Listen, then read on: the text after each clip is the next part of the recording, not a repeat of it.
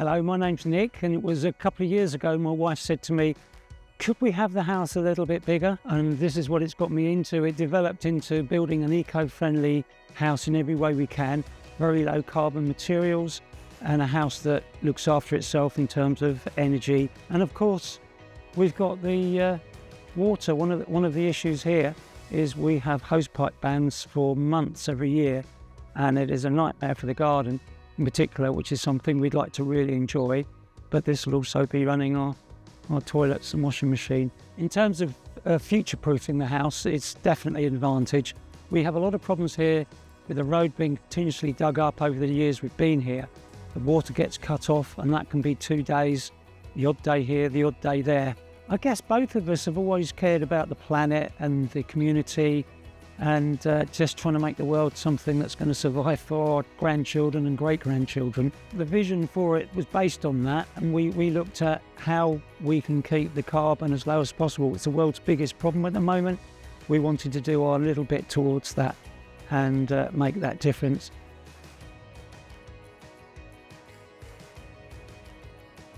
Yeah, we've got 4 or 5 things which I would say are unusual, have come from Europe rather than the UK, and I do feel it's where the UK lags behind decades. I'm going to start with the foundation blocks that you can see around us here. The idea with those is that there is no footing. Unfortunately, due to the UK building control, we have got a footing, but they actually work with compacted hardcore because it's such a strong bond, and because they're quite heavy in themselves, and they're 29 kilograms. We've got these pink blocks on top. Again, it's clay, it's carbon free, and they just literally glue down, slot together. We're going to be using this paint. I've got a bit on this stick here, my stirring stick, and if you felt the 2 sides, you'd be astonished at the difference in temperature, feeling your own heat, feeling the metal coldness. We're going to have something called pearly cover or perlite on the floor. It's as strong as or stronger than a concrete slab, but it just does not allow the heat to go through it. And we are going to have on the roof infinity solar panels. The solar panels are the roof, so it means we don't have to buy a roof and then put solar panels on. And of course, the one I must include is the rainwater tank, which has been recently delivered. We've got a little bit more work in the hole to do, and if I can just say, my one piece of advice on that is we should have done that right at the beginning. It's been a bit more complicated because we started the build. We made that decision a little bit late. There's a few reasons for that, but it's a bit more challenging getting it in. Anyway, we're excited about all those features.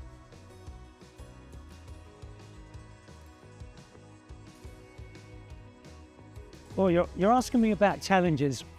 I think that's a really good question, in the sense that I think challenges is about your attitude.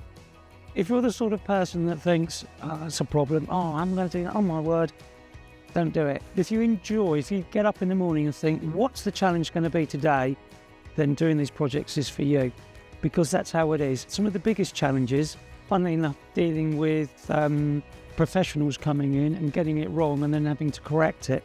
There's one thing you've got to keep on top of on a self-build is check, and check again, and measure. Because just because somebody's got lots of experience, it's not the most important thing in the world to them, but it is to you. And keep on top of absolutely everything, and that's caused a few challenges. As I said, there's challenges every day. The challenge with the GRAF water rain harvester behind us really was the digging of the hole. We made the big mistake of saying we were going to have one when we started the project, and we thought, this is quite expensive, let's not have one. And then 2 weeks ago we decided we'd have one again, and I said to my wife, well, if we're having one, we've got to really move on this, because the walls over there, that's the top of the foundation there, it has got to come in now or we're not going to get it in. We then had the challenge of getting a machine in that can only dig from one end. So listen, if you're doing this right at the beginning before the footings go in, and you've got space to get a digger in from both sides, a digger can pull a straight wall close to itself, but when it's digging away from itself, it's on a curve. Then we found, because of this scoop business, we had a lot of manual digging to do, and that has been crucifyingly difficult because we've been doing it against the delivery turning up. We've got this to here that you can see behind me, and now we're going to finish the hole, and then we're going to get it in and lower it off a telehandler with a 9-metre reach. So those are the sort of challenges you can get, but there's always a solution. So it's about finding solutions.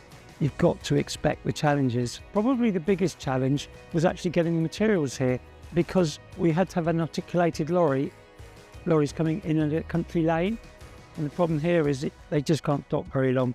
So what I did, I took a very helpful farm along the road, had them delivered there, offloaded on a forklift, and then the idea had been I'd bring them here in a trailer because I wasn't in a rush, but it was just such hard work. So I had a rethink there and hired a telehandler myself and then drove them here. But it was one of those things you realise you're going the wrong way with something, get the bigger machine in, it costs a bit more, but it meant I did it in 3 or 4 days. I moved masses of stuff that I know you guys have seen in the front garden, waiting to fly up into a building.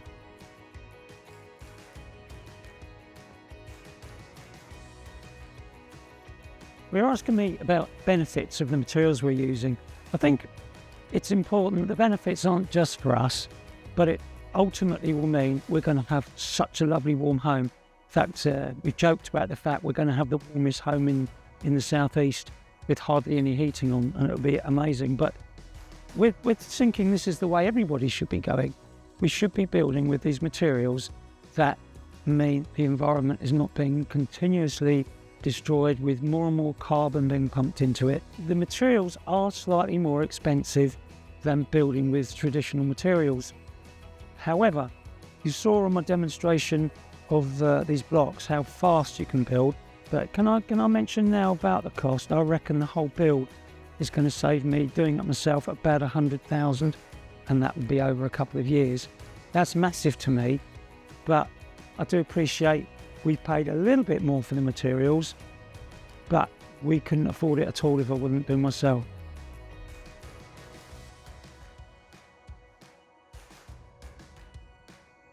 Gosh, if I was giving advice to somebody that was thinking of doing the same thing, I think I'd start from do your research, lots and lots and lots of research, because everything's changing. There's more and more eco things happening all the time, which are absolutely fantastic, but you need to really understand them before you start.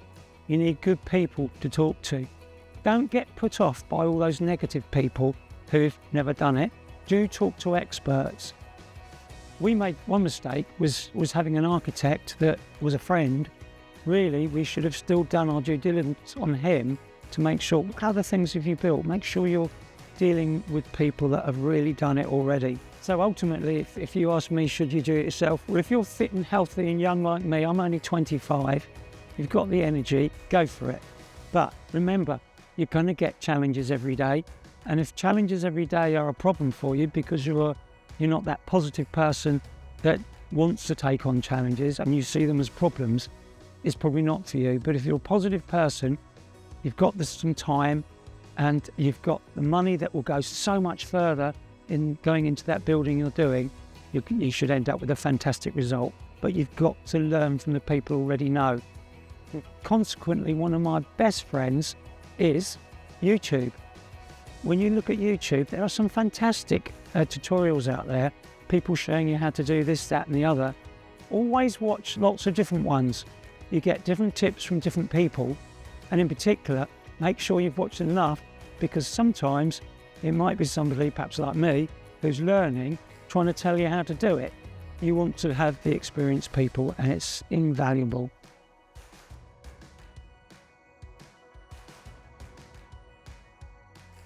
Yeah, we thought deeply about whether this is for us or not, and in the end thought, well, if we're building a beautiful home, let's do everything we can to make it future-proofed. We've been here 4 years, every year, 4 months hosepipe ban. We've got a lovely garden, and it ends up being half dead because of the situation. And I can only see that situation getting worse. So this rainwater harvesting system is really the cream on the cake. Is that the best expression? For us, we did think about it very seriously before going ahead. Yes, it was one that I think is a little bit of a luxury in some ways, but it's going to make the house so sellable because we'll have electricity for free that brings in money when we sell back. We'll have heating that you hardly need to use anyway because the insulation's so good. Why not have our water so we can make our garden beautiful in the summer when, generally speaking, we're on a hosepipe ban? So it's been a massive advantage in that sense, and that actually means economically it will pay for itself eventually.